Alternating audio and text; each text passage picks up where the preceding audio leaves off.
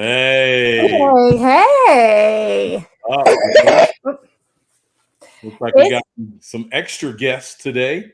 it is going good. I have my little people, my two boys here that you guys have heard me talk about, and they're excited to say hi and make an appearance. Cool. What's up? Maybe they need to introduce themselves. You guys want to say your names? Nick first. No, If you're watching us online, this is Cooper and this is Luke. You've heard me talk about all their fishing and Lego stuff before, so they wanted to come on and say hi. Cool beans. Welcome, boys. Absolutely. Glad you guys are here. Yeah. Well, this is kind of fun because these guys have never been on, but we kind of get to do a little what was yeah, you've been on. They're gonna correct me now, guys. That's tracks. Last week was a big week, and we got to talk about in the wilderness. Wilderness, yes. And Woo, that was being good. in the wilderness. That was rich. It was deep. It was powerful. Yeah. I hope And people are chewing on that like I'm chewing on this gum.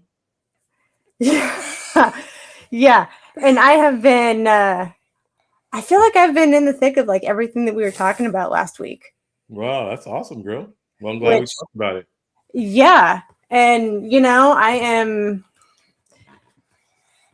am definitely finding my comfort zone in it. And it's starting to be the really pretty scene, and it's really cool because there for a long time when I felt like I kind of like, couldn't breathe, now I'm kind of like taking the deep breaths and just trusting.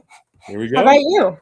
I'm good. Yeah, I mean, I released as I prepared for that, so I was excited about that. I've been chewing on that for weeks. I do want to point out Jennifer mentioned.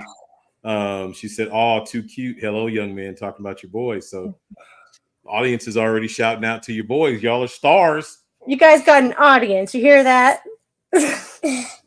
So no.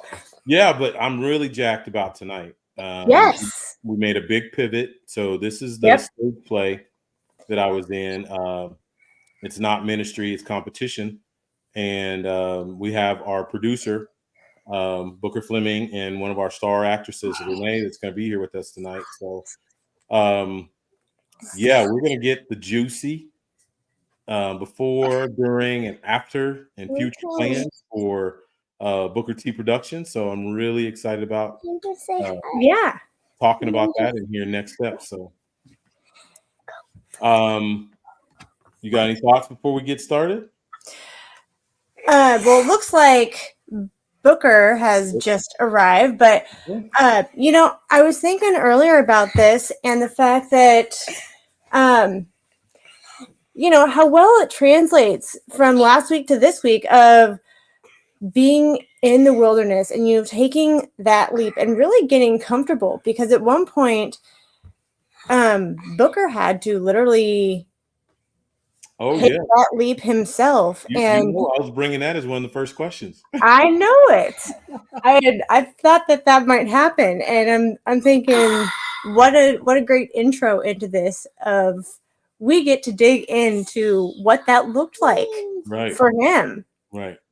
And now that he has brought it to fruition, I am beyond excited to hear what he has to say and what that looked like for him. Yeah, he's a powerhouse speaker, and Renee is a powerhouse speaker as well. So. Yeah, I'm excited for her.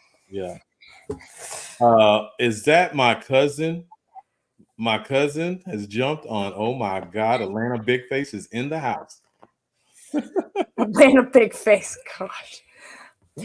Well, are you ready? Without further ado, to jump them in. So let's bring Booker to the stage real quick.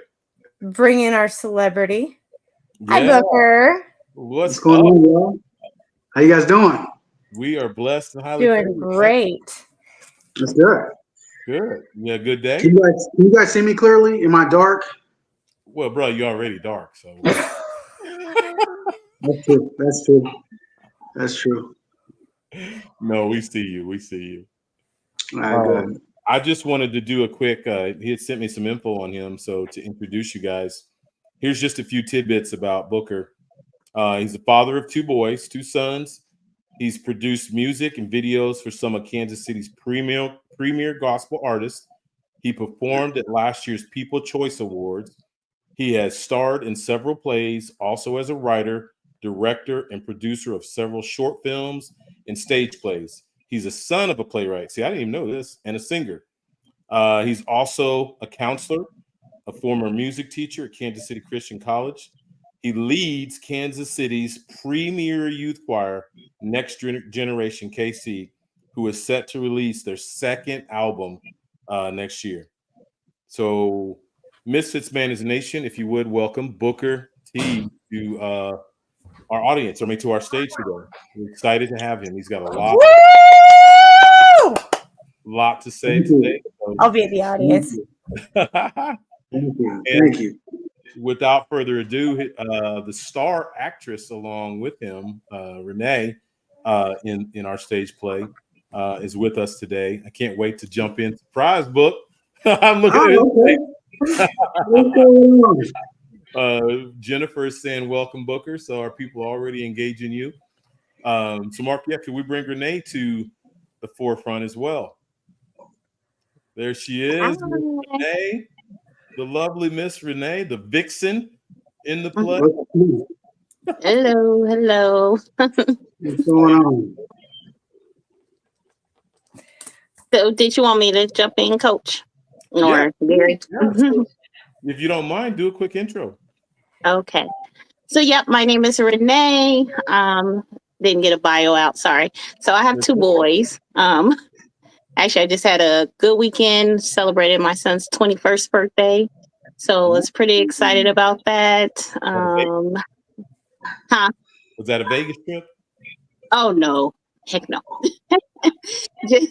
just family time here. I just can't believe I have a 20-year-old and a 21-year-old and a senior this year. So pretty excited. So other than that, like Gary said, I was in part of the play with Booker.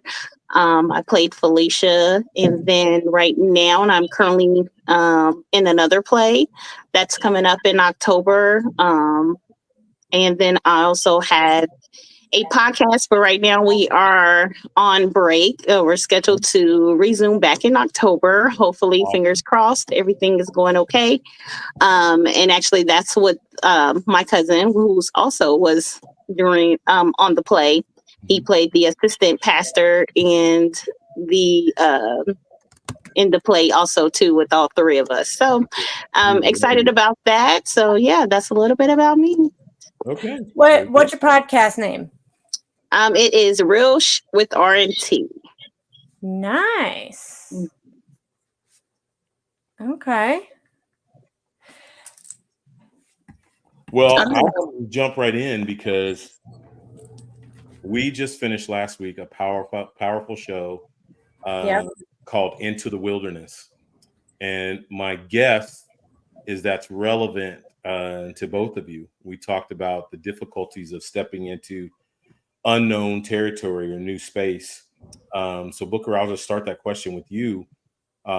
We laid out an outline to our cast, to our audience last week of how to overcome that situation and, give them some jewels of the journey, so to speak. But, what did that look like for you? I know this was, I believe, your first play that you wrote, produced. So tell us how that evolved. Well, it involved with God just telling me to do it. And I'm a guy that when God tells me to do something, I'm just going to do it. So it started by me getting my laptop, getting a spreadsheet of paper, and I just started typing. Didn't know what direction it was going in. Didn't know how it was going to start, end. And about 3 days later, I had a whole script. Wow. So I read it and I'm like, man, this is kind of good, right?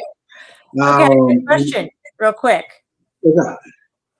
Did you know that you were writing a play, or were you just like writing thinking like, I don't know what this is going to be, but here we go? Oh, wow. Good question. I think I knew it was going to be a play. I can't remember the conversation with God. Honestly, I just knew that God. No, God told me to do a stage play. He did. Okay. Yeah, and so when I started writing I had just I never wrote a script before. I just remembered the scripts that I had been in, so I just tried to mimic, scene one, scene two, and like I said, 3 days later, I have a whole script. I started calling people, and I was like telling them the story. They're like, "Man, this is good. I want to see this." And so then immediately God started putting people in my brain of who was going to play what parts. Yeah. And like Renee here, I called her and said, "Yep, I need you to play this certain part." And at the time, I didn't know that wasn't who she was in real life. You know what I'm saying? But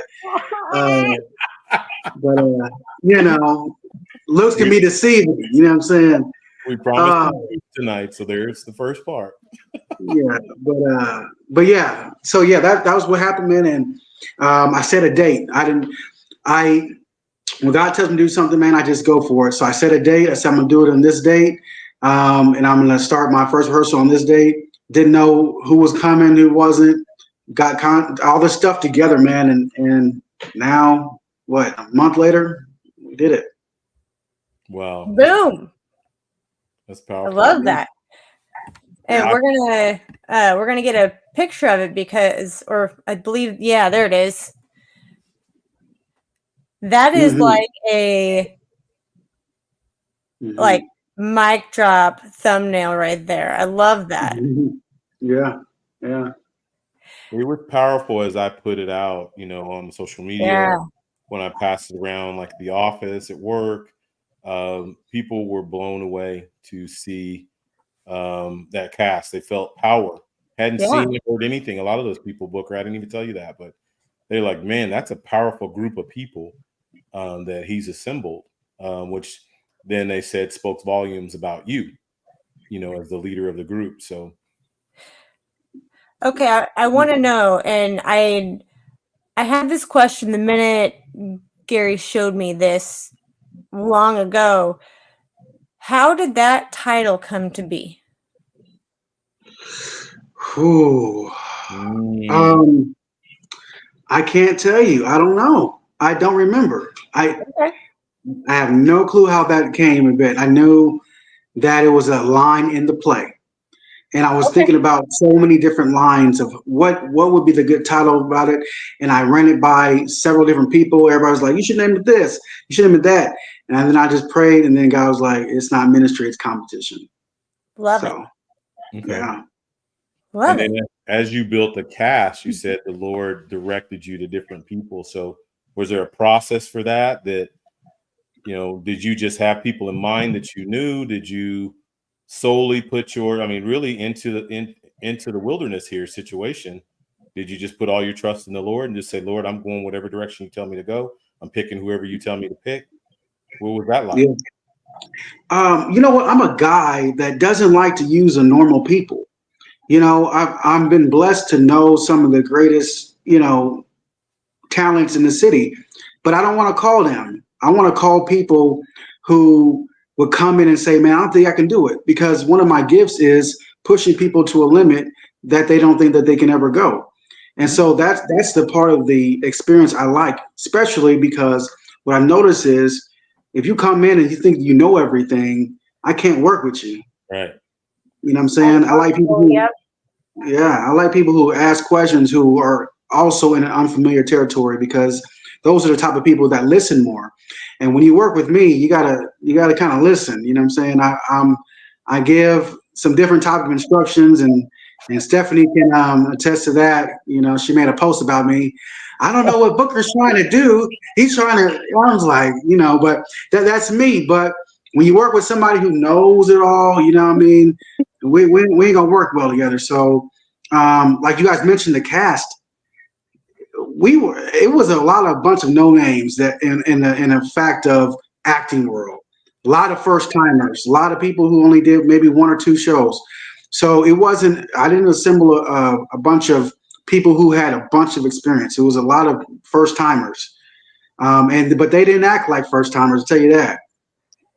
Hey, You're doing exactly like biblical things do, and pulling the no names out of somewhere and saying, "Let's polish you up and throw you in the fire." Oh yeah. Well, and speaking Yeah. of that, so we got Miss Renee here with us tonight. Yep. He played a star pivotal role, and just being her uh, an actor alongside her in the play. Man, Renee, the transformation from start to finish, and I'll never forget that last scene. The Mm. authenticity, the genuineness within that, the passion, the intensity. So what was it like getting this call from Booker with this unknown play, a first time play for him? I know you have some experience, but walk me through that process for you. Yeah, when Booker called me and told me the part, I did read through it, but I think I just skimmed. And maybe wasn't, like Booker said, wasn't as much as I thought that would come into this role.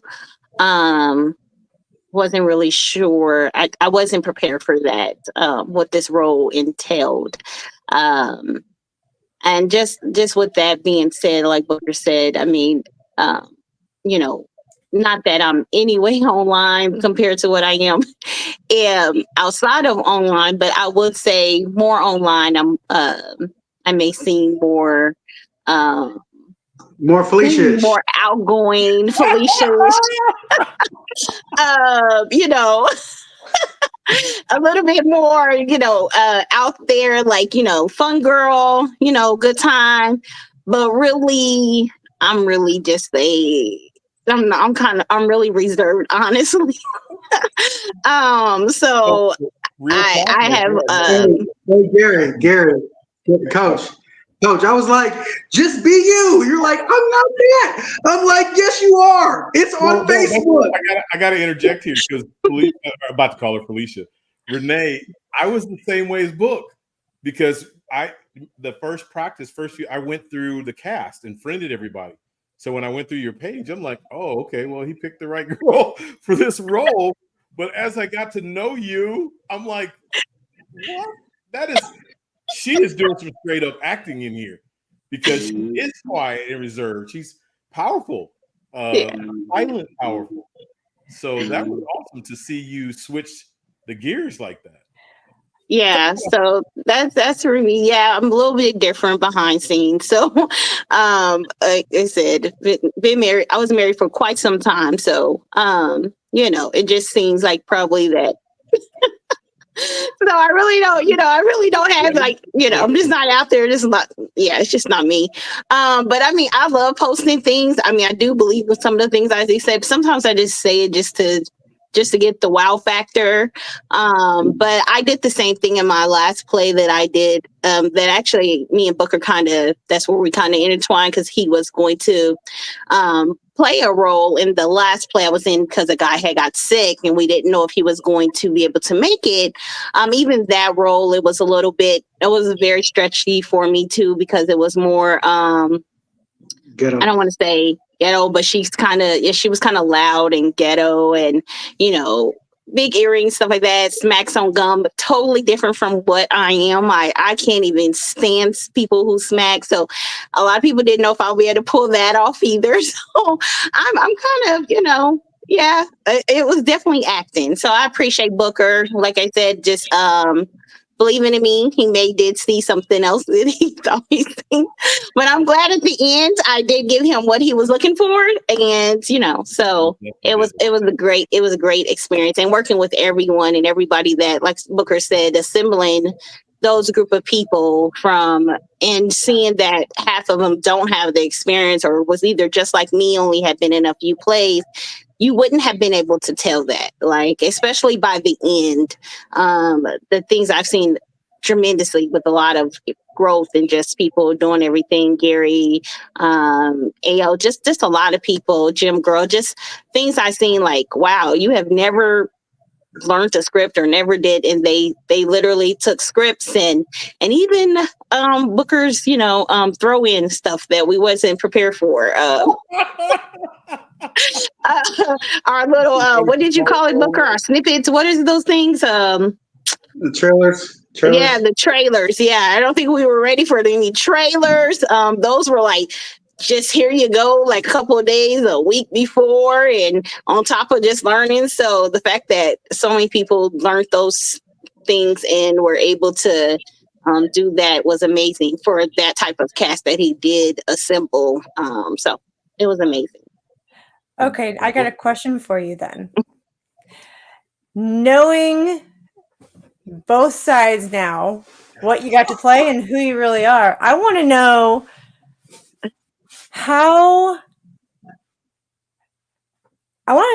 the experience was for you being able to play that piece, and did you have fun at putting that out there, and like what was that like for you, as well as how are you coming out the other side, and have you kept any of that character?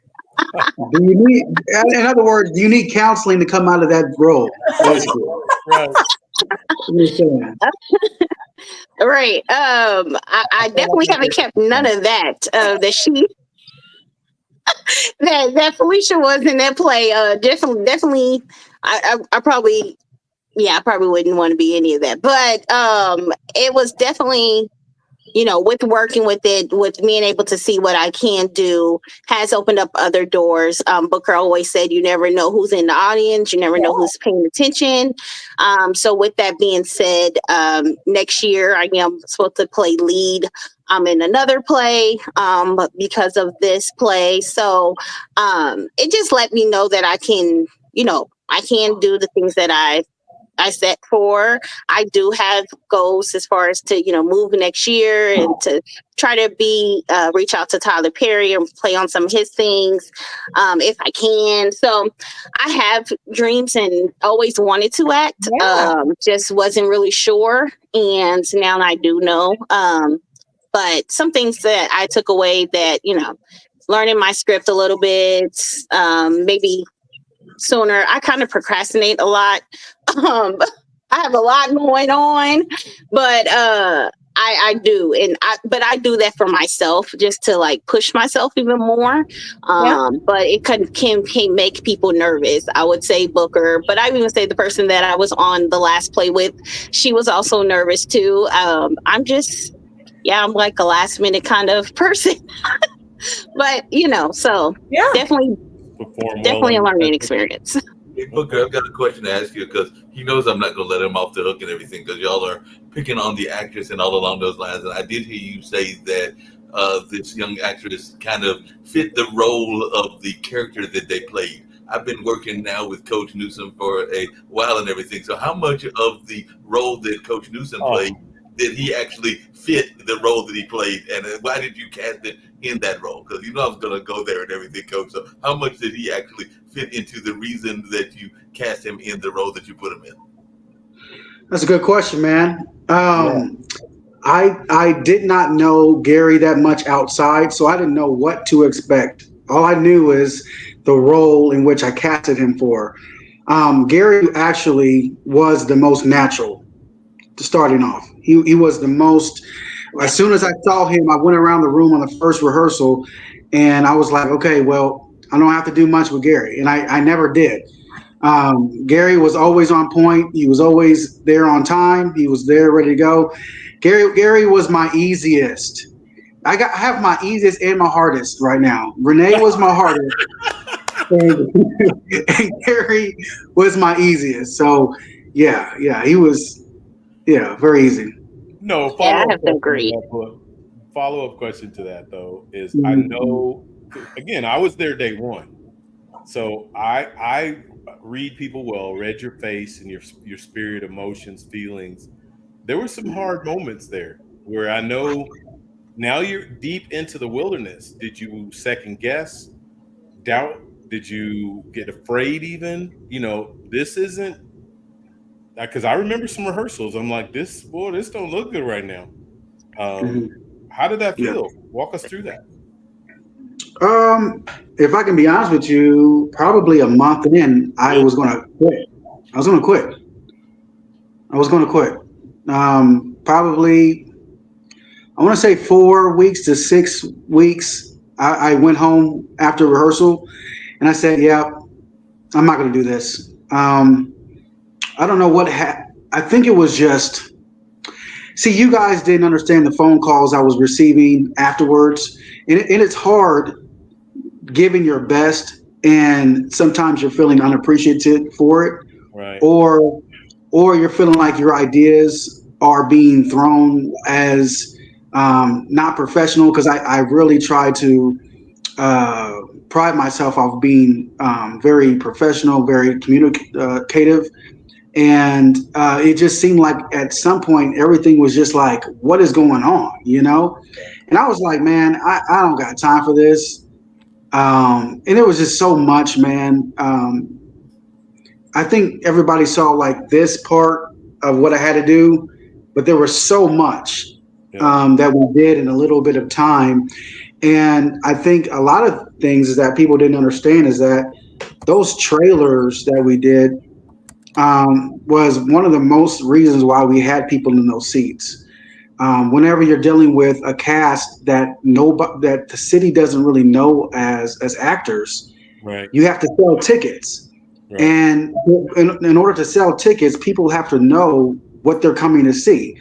And there was nobody on that cast that was going to sell tickets by their face alone. They needed to see what we could do. And I think the trailers, it wore people out, which it should, but it was necessary. And yeah, I got to a point where I was just like, man, this is getting too hard. And then we had, Renee, who wasn't learning her lines. I'm joking. But yeah, I mean, there was a lot, man. I was ready to recast some people. Seriously, I was on the phone recasting people. And I just got to be honest with you, man. But I'm so glad I stuck with it. Hey, Well, Booker, what on the turned? and everything. How much? Because it's something that I brought up on Coach and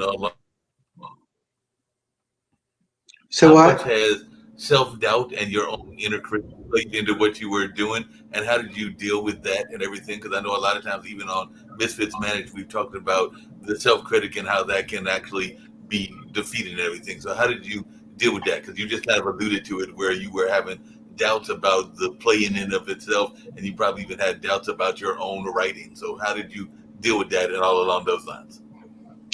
The way I dealt with it is realizing that if I want to go to this level, I got to be able to handle this level.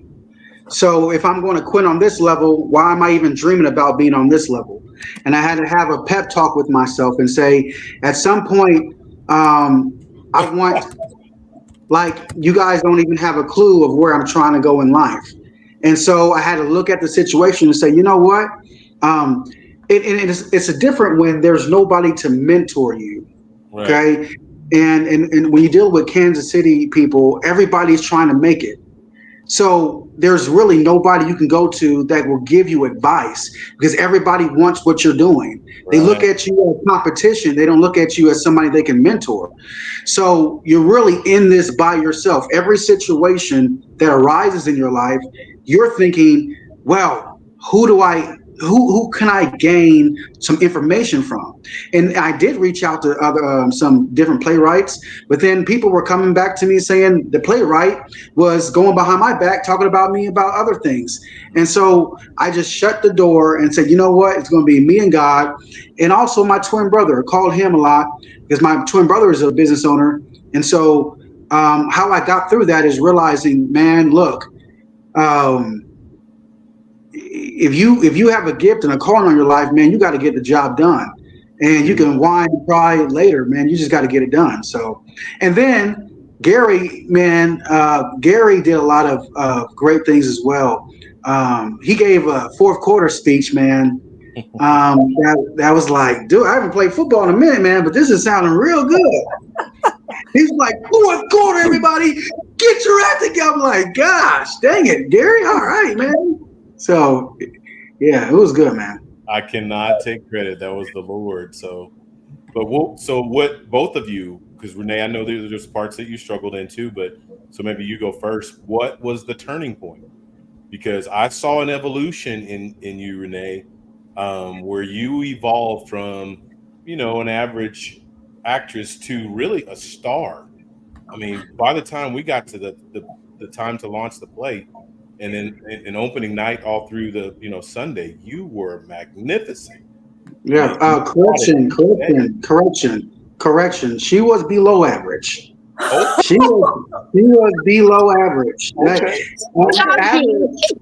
Average is being kind. I'm gonna be honest with you. She was giving below average type of performances, but Wow. Something happened. But like the first night, I did not know who I was looking at. I said, "That's not her." Oh yeah. It wasn't her. That was something. They always give you a hug. Shots fired here on Misfits Managed. Shots have Hey, been. Yeah, that Yeah, was like it wasn't even the fact that even about really the remembering the lines. It was the fact that, like I said, this character was definitely just different from me personally. Just the things that Booker was looking for was some things that I was maybe not as comfortable as I thought I would be. Just as far as just being that close to another male that I'm not involved with. That's what this role kind of entailed, was basically playing a role like as if I was basically trying to get Booker. Booker was the pastor of another church, and basically trying to sleep with him. I had already slept with a married man, is what the storyline is, that I slept with the married man, and so I was his side person, side chick. And then I'm going to get Booker's church and trying to manipulate him to also sleep with me. I was paid money. I mean, so it was just the whole character part, and then also knowing that this was a church play was a little different for me from what I'm used to. Maybe my church is a lot smaller that I came from, so even though I know there was things like maybe some of the things that Booker was trying to touch on, probably going on behind the scenes.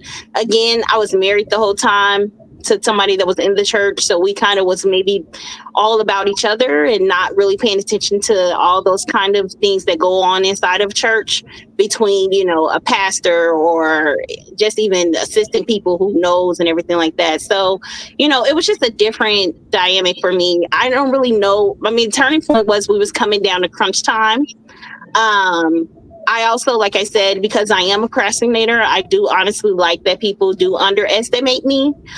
So I honestly just turned that on purpose, because I did see, some people thinking that they did pick the wrong person. So that made me, dig a little deeper, go ahead and get myself together to prove wrong. But that's just me, like I said. So yeah, I probably was. Like I said, I know I could do it. It's just I didn't know if I could put me behind and put Felicia in the front. So I think it helped a lot. Gary helped out a lot at the end, like even Booker said, fourth quarter. Some people don't know. Me and Gary kind of got together after a couple of scenes that was very hard for me to get through. And he talked to me and let me know, he was there for me, that he understood, that, if I needed somebody to talk to, he was there. So, that helped out a lot too, because of course, like Booker, he had a lot on his plate. He had a direction he wanted to go. I didn't know if I really wanted to quit also too at different points. Like, you know what, this is too much for me, or they're too much for me, or they're asking way too much for me. So there was different points, that I also too, like Booker said, thought about, this is maybe a little bit much for, like he even said, we're not Tyler Perry. We're not getting paid a whole lot, so it's not like we're like, okay, yeah, I can do all this and I'm okay with that. No, some stuff I was just like, yeah, I don't know. So That's like an it- internal conflict for you, though. Mhm. Like that's trying to take on the part that's morally conflicting for you. yeah, definitely, definitely, definitely. But with the cast, like I said, I didn't want to let Booker down. Per se, really Booker, because Booker, like I say, he cast me. I was glad that he stuck it out with me. And then after being with the team that we had, I literally have certain people from the play that I still talk to, that I feel like I really became close with outside of the play. And I also didn't want to let them down. So to even put that on them to have to get used to someone else, and then also with Booker having to go look for someone, I just didn't want to do all that. So I was like, it's time to get real, and so I did. Well, I gotta applaud you because you came strong, girl.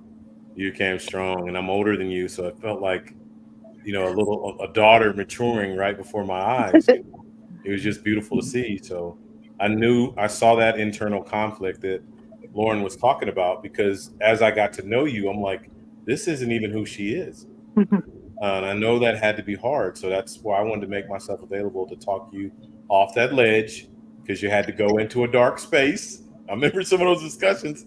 You had to go into a dark space to do the role. And then, the people think this is how I really am.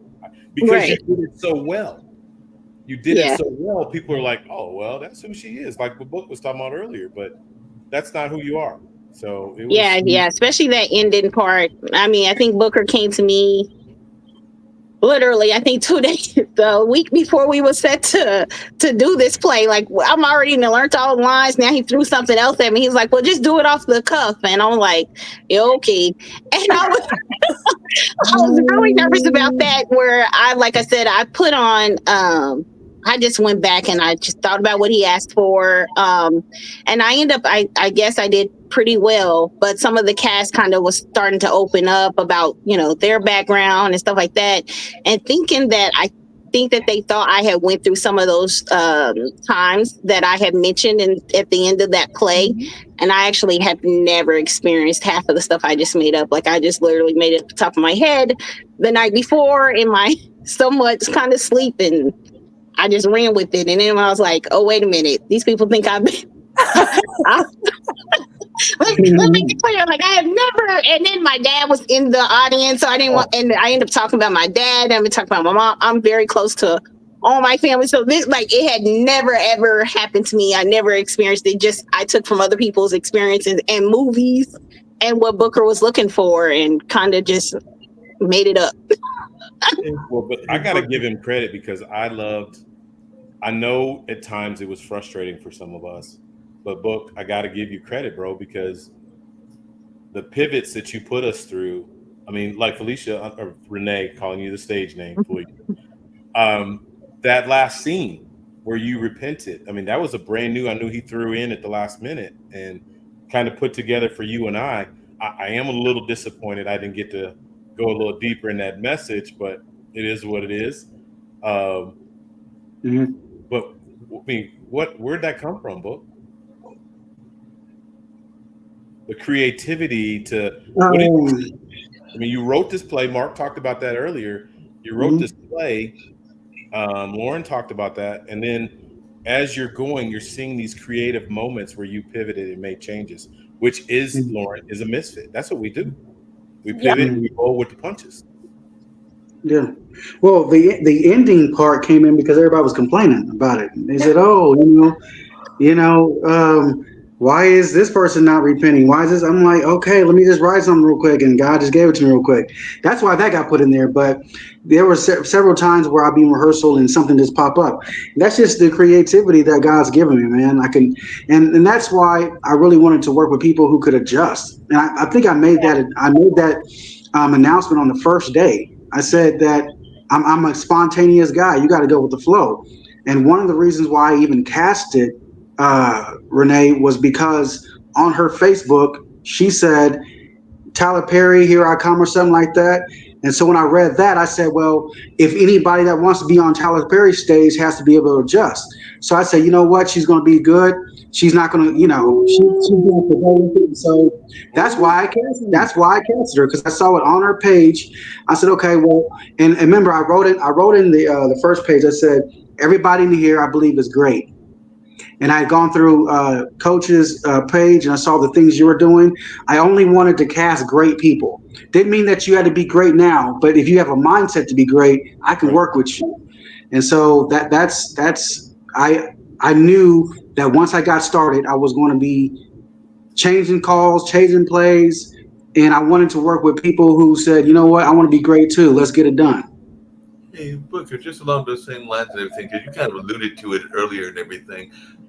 How much is that crab in the barrel? Because y'all all are in Kansas City as the producer of the show. I'm actually here in Durham, North Carolina, and I've actually got quite a few friends that are in the playwriting field and in the playwriting space and entertainment space. And I do know that crab in the barrel attitude can be very much a notion, whether you're in Kansas or whether you're in Durham or whether you're in California or even Atlanta, where Tyler is and everything. So I just wondered, how much is that something you had to face and deal with, and how did you deal with that whole crab in the barrel attitude, where people are wanting to pull you down and not necessarily trying to lift you up? Well, first of all, that was going to be one of the titles of the play, Crab in the Barrel. And the thing about it is, man, is this. I think I told the cast this, that when I came to Kansas City, I felt like people were hating on me when I started playing keys. And then when I moved from keyboard to then preaching, or I started leading choirs, and then I started getting the hate on other choir directors, and then I moved to being a pastor, and so then I got hate on by other pastors, and then when I started to do videos and short films, then those started coming, and then I was like, now I'm doing plays, and then I can't find a friend in the stage play. Oh man! Now I'm doing talk shows, and so it's a never ending thing, because the thing about it is hardly anybody's comfortable with what God's given them to do, man. Right. I love the business. I just had a guy reach out to me that's also doing stuff that I do, and I sat there and talked with him for an hour, because there's the stuff that God gave me to do, man, got nothing to do with you, man. Like we all have our own lane. And I gave him tips, gave him pointers. Hey, man, I went to his page and said, this is what you're doing wrong. If you want to up your viewership, this is what you got to do. I'm not jealous of nobody. And I'm telling you, in Kansas City, man, it's a great city. It's just you have a lot of people with great talent who aren't willing to put in the work.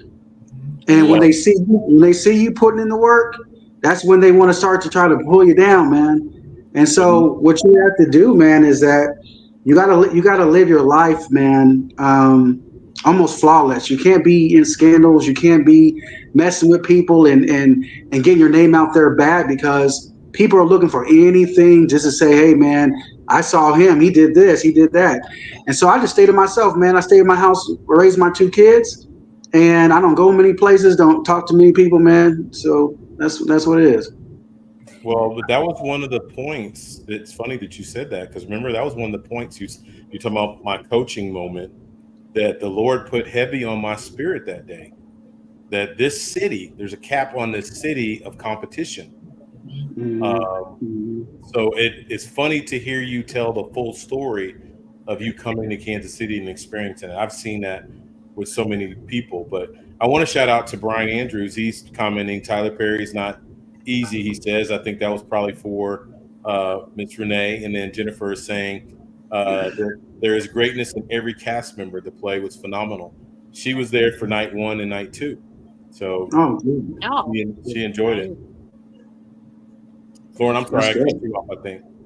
That's all right. So, Booker, I want to chat for a minute and kind of bring this to a close ish. This whole play, it sounds to me like you really got to be in your own wilderness. You got to get comfortable in it. You had to, as you said, you were reaching out for help, and it wasn't coming to you. And, it ended up being God was calling you to get comfortable in the wilderness and feel it out.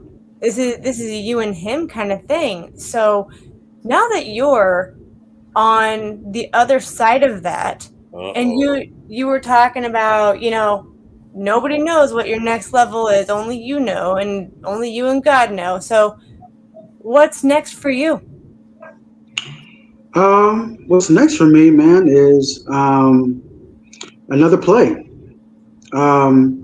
It's going to be part two to the play. It's going to be expanding the talk show that I'm starting. It's going to be hopefully finding a wife. Lord Jesus, somebody help me out today. But yeah, that's the that's the next step, man. Okay, so do you have what's this talk show? I want to hear about it. And I would say before he starts, the one that I saw, I haven't watched your latest with the two ladies, but the one that he did with the two pastors, oh my God, unbelievable! That was powerful. Yes, I think sir. AG hit it right on the head with his last comment there. Yeah, it's let's see, are the infamous twins with an intent to sabotage. Sadly, it's far too prevalent among people, sometimes in close proximity to us. 100%. Right, that's so spot on. Yeah. That's very spot on and everything. Hey, Booker, just while I'm thinking about it and everything, how difficult was it to do these plays that you're talking about? Because you're talking about, I know even in my own life, I sometimes talk about the history of a cultural center that I work at, and we talk about the warts and all. So you are exposing some things. I know Tyler does the same thing as well, but you're exposing some things about church politics that often aren't comfortable to talk about. So how difficult was that for you to deal with that, and how much of a pushback did you get? Because from what I'm hearing, this play is not shying away from some very difficult topics that happen in our church community. Man, the most of the pushback I got was from in-house in the cast. It wasn't, yeah, it wasn't really pushback from outside. It was really, I would say my dad gave me a lot of pushback with his character. Um, one of the things is when you allow people to, let me say this. I had a script, but I also allowed people to do their own thing in that script. There was many things that people added in there that wasn't in the script. And along with that happening, certain people get attached to the script and think that their real life is that. And my dad had a hard time detaching his real character to the character he was playing, because I allowed people to become the character, saying there was times where I said I wanted you to be on the script, but there's times where you were free to be you. And I think that a lot of the pushback was, hey man, how are people going to view me? How are people going to see me? Some things were so believable that like Renee had to do is explain, this isn't me, y'all. I'm not this person. And so that was the biggest challenge, man, was trying to say, hey, bro, you're not that guy. Listen, it's okay. Everybody knows you're acting. Yeah, it's okay. And so yeah, man, I didn't really get much pushback from the outside people, because a lot of the outside people were like, man, you expose some things that I've seen happen in general. So yeah, man. Well, is the current play done? What's any next steps on that before part two comes out? Are you recasting? What's all that look like? Renee, what's next step for you? I know you talked a little bit about some things that you're currently doing, and you're trying to get on Tyler Perry's radar for next year. So what's going on in your world, both of you? Go ahead, Renee. Yeah, I mean, like Booker said, just taking on different plays, different scripts. Like I said, so that's pretty much me. It's just basically digging in, seeing if this is really where I want to go. It is. I don't look at it. I also did modeling before this. And I looked at that more as a job after a while, and I was like, well, this is not making me any money, and I kind of just stopped doing it. But with acting, I actually enjoy it, honestly. Just like I said, even though it's putting pressure on myself, I kind of enjoy that. That's even just like me. I work in HR, so there's pressure, on me even with that. Some people assume I'm one way, but then I'm a whole different way with my HR hat on. So I think maybe I just act period. So for me, just whatever. Like I said, I'm just trying to get my last child graduated and then see where that takes me. I'm a little nervous because I've only lived outside of Kansas City per se, just for college, and that was it. Then I came right back home because, again, like I said, I was married for so long. So to actually think to even go to Atlanta or Louisiana for like 50 cents where he's trying to build his empire, it just, it's just makes me wonder, it's going to be a lot of competition out there. So working with, like I said, working with Booker, working with Trish, I've worked with her a few times, just seeing the different type of people, and the different things that each one requires from them to even with movies. With those, there's totally different than actually being on stage and knowing how to project. Then actually being able to say cut, stuff like that. I mean, you're actually live. There is no cuts. You mess up, you mess up. Right.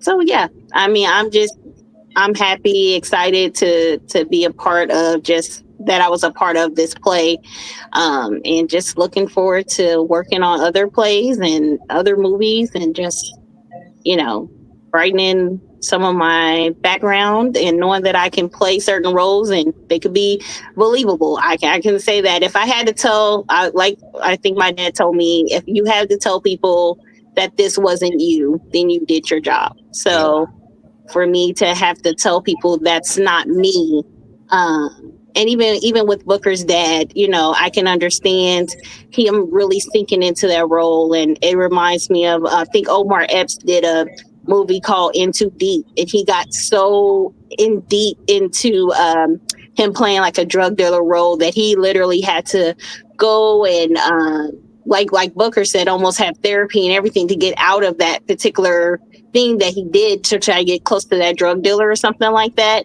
Yeah, and so it literally, so I can understand where Booker's dad was going with it. I guess for me, like, unlike just like Booker too also did kind of touch on a little bit, Kansas City is very small. Very small. So if you do have a lot of skeletons or if you have different things that you never know who knows who, it can ruffle some feathers. And so I think with being married for so long, I haven't, touched a lot of people. So I was good. So everybody knew that wasn't me if they knew me. So I was good. So yeah. What's the dates of your upcoming play? I believe in October. Oh Lord, that's funny. I don't even know. I think it's the first. I know it's the first week of October. Okay. It is the first. Again, Well, it is the first week of October. just put it out- First put it weekend, out so it's that there. Friday, Saturday, and Sunday of October, and we're actually performing at the same location that Booker had his at too. And it's called Hall Pass. So I'm very excited for that. My role is not as big as it was in Booker's or her last one, but it's a very, if that's kind of weird, very important role to that part of that play. So it's gonna be good. So like I said, something to see. See the other members on that team that's called Hall Pass. So, anyone who's married and ever thought about giving their husband a Hall Pass, you might want to check it out because you might change your mind. Hey, Booker, along those same lines, I did hear the question that Gary had asked you and everything, or Gary asked you, but do you see yourself taking the show on the road? Because I just went, I think it was last month, to the International Black Theater Festival, which is in Winston-Salem, North Carolina. And I do know that there are a number of playwrights like Garrett Davis, who's from Fayetteville, and Renee Nixon, who's from, I think, the Raleigh-Durham area, and everything, that have taken their shows and traveled on their shows around the area, including some of these gospel-type plays. So do you see this particular play being on the road and not just being in Kansas City, but maybe being seen in like in Atlanta or North Carolina or in New York or a number of other places that are out there? Good question, man. No, I don't necessarily want to travel with it. I do want to do a movie, and one thing about me, man, is I haven't really been out the Midwest. Never been on a plane, never seen a large body of water. It freaks me out. So that's something I need to pray about because it would be great to be on the road, but right now I'm just I grew up in Tonganoxie, Kansas, and never got my mom, dad never took me anywhere. So I think I went to Nashville last year and freaked out the whole way. Wow. So yeah, yeah. And I'm gonna tell you guys this. I didn't tell anybody this ever. But this is gonna sound bad. This is gonna sound real bad. But after I hit St. Louis, I had really never been outside of St. Louis. I'm not gonna lie to you. I wasn't driving. I was in the passenger seat, and I got me some alcohol, and I kind of just eased my nerves a little bit all the way there. I don't want to admit that. Hopefully, the Christian world's not watching that, but that's how I made it. There's That's no shame in that. When I am on my way to the Ozarks from here and I'm in the passenger seat, you better believe I'm calming my nerves in the passenger seat so that I can let off some steam from my week. So I feel you on that.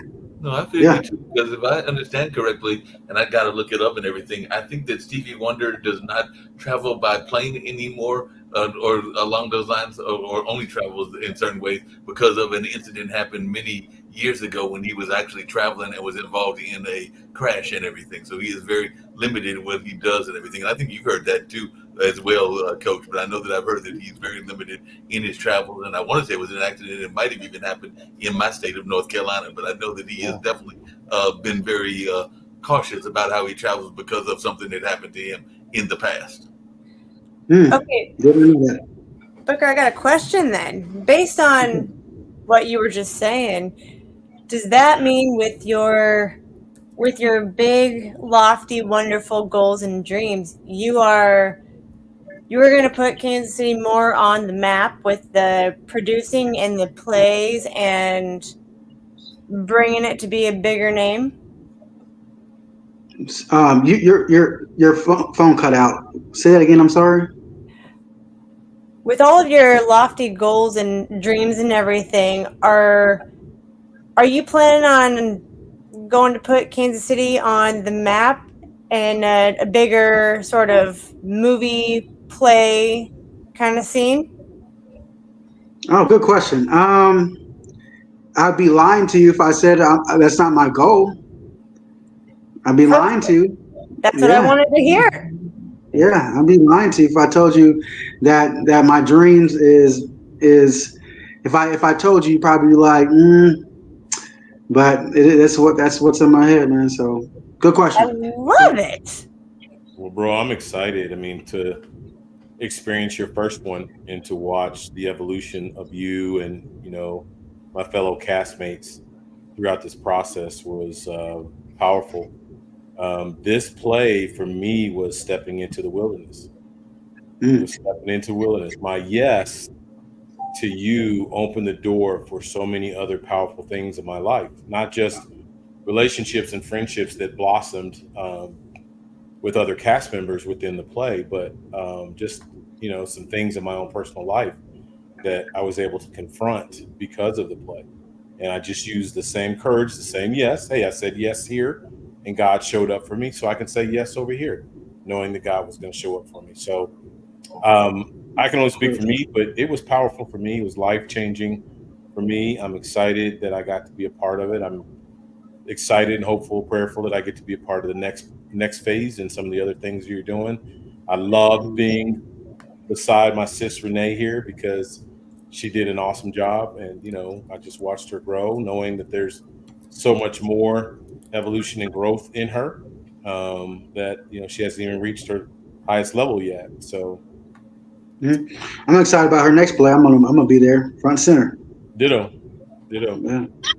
Yeah. If we can get some dates, maybe we can be there, bro. But Yeah. It is definitely the first weekend of October. Like I said, I just matter of fact, I can tell you, Listen, Coach.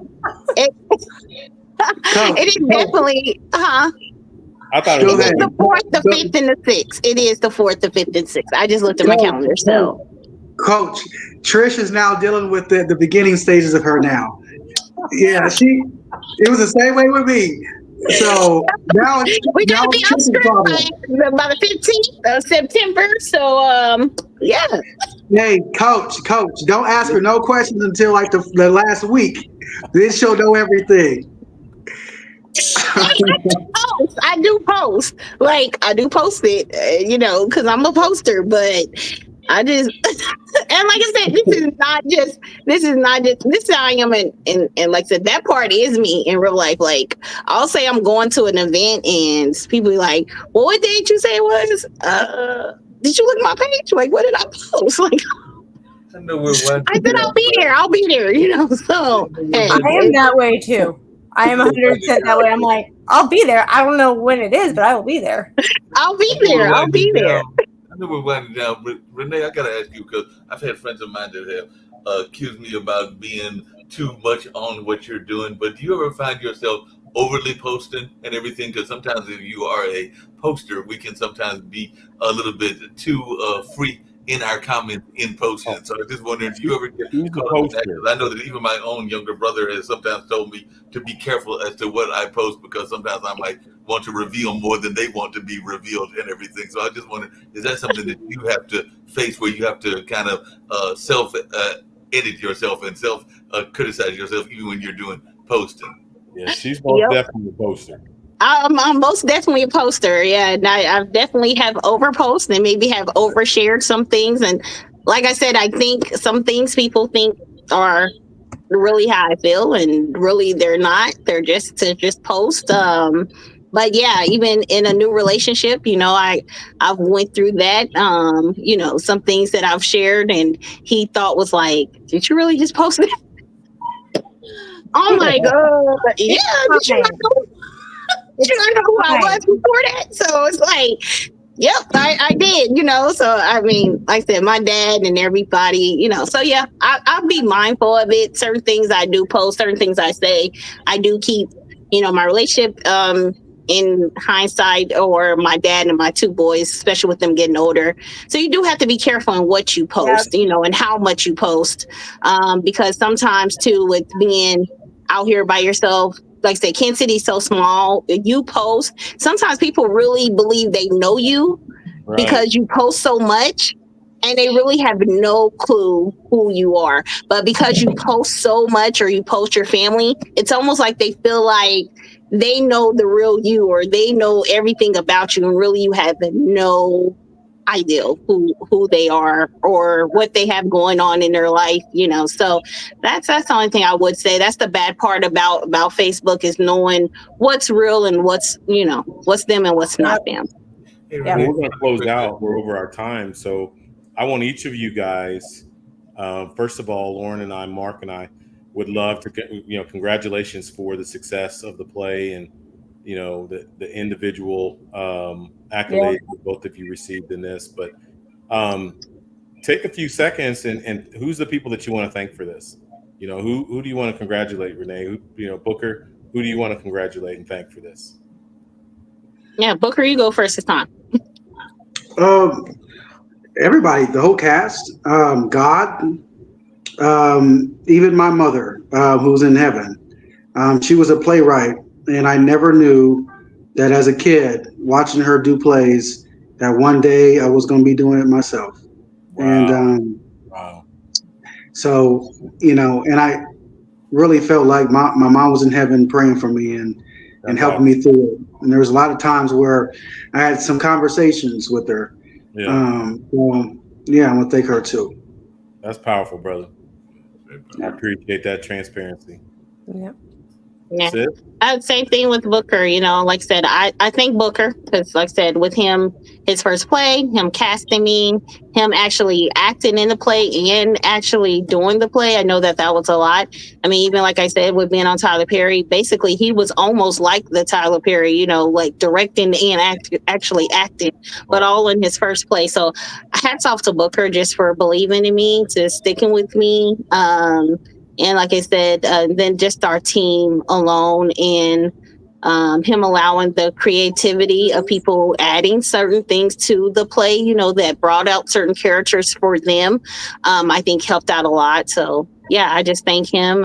You know, of course, my family and everybody that supported me through like different times. And like I said, Gary, like I said, just being able to have different people behind the scenes know too that was cheering you on, or that you were able to go to.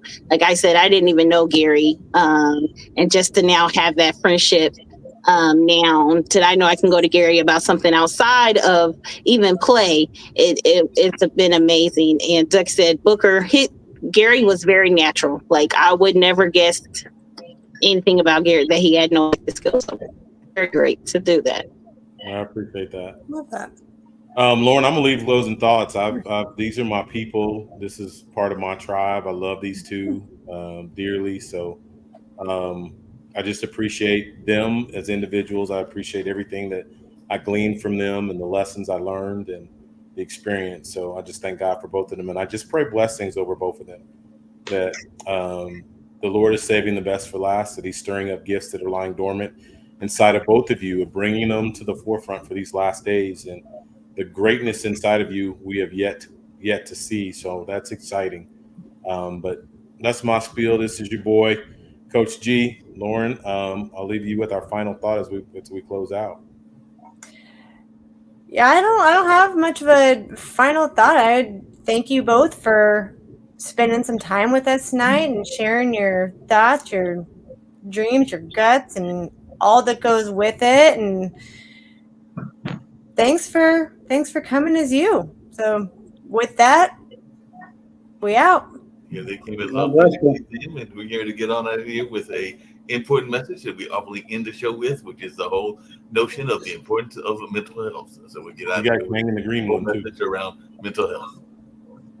I just need to be left alone right now, man. No, Cam. I think the problem is that you've been left alone way too much. Life's hard. The world is complicated. Remember, you are not alone. Love you, girl. I love you too. Mental health challenges are common, treatable, and often preventable. It's time to talk about it. It's time to defy the fear and stigma that has made so many suffer in silence. Instead, dare to love yourself and others. Dare to ask for help and support. I love you guys. Dare to listen and show up for the people around you. Join the conversation.